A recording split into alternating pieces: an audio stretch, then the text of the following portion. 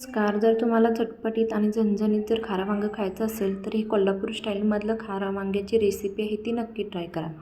त्यासाठी छोटी छोटी वांगी घ्या, चांगली साफ करा आणि त्याला मधून 2 कट द्या.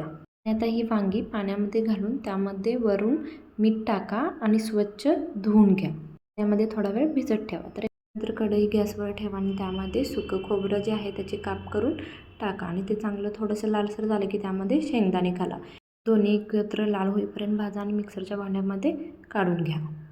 त्यानंतर काय करायचं की त्याच कढईमध्ये थोडेसे जिरे, लसूण, आलं, मिरच्या टाकून थोडंसं त्यामध्ये तेल टाकून चांगलं भाजून घ्या. त्यानंतर आपण फ्रेश जी कोथिंबीर आहे ती त्यामध्ये घाला. थोडासा पुदिन्याची पण 2-3 पाने त्यामध्ये ॲड करा. ते सुद्धा चांगलं तेलामध्ये भाजून घ्या.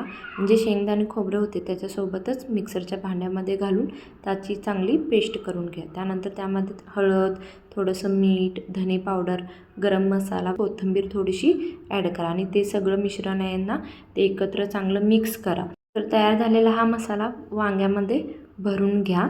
छानपैकी आतपर्यंत जाईल असा भरून घ्या. त्यानंतर काय करा की कढईमध्ये थोडंसं तेल घ्या.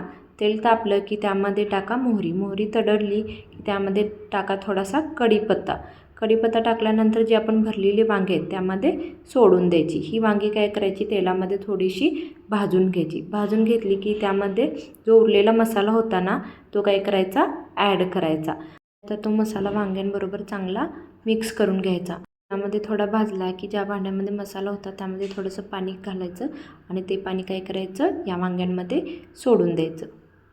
वांगी छान मसाल्यामध्ये मिक्स करायची आणि आता ती शिजण्यासाठी गॅसवर ठेवायची. त्यावर झाकण लावायचं म्हणजे वांगी छान शिजली जातात. तर बघा आपली रेडी आहेत खारी वांगी. तर तुम्हाला ही रेसिपी कशी वाटली हे मला कमेंटमध्ये नक्की सांगा. ही रेसिपी तुम्ही नक्की ट्राय करा, तुम्हाला नक्की आवडेल आणि आवडली असेल तर आपल्या चॅनलला लाईक, शेअर, कमेंट आणि सबस्क्राईब नक्की करा. थँक्यू.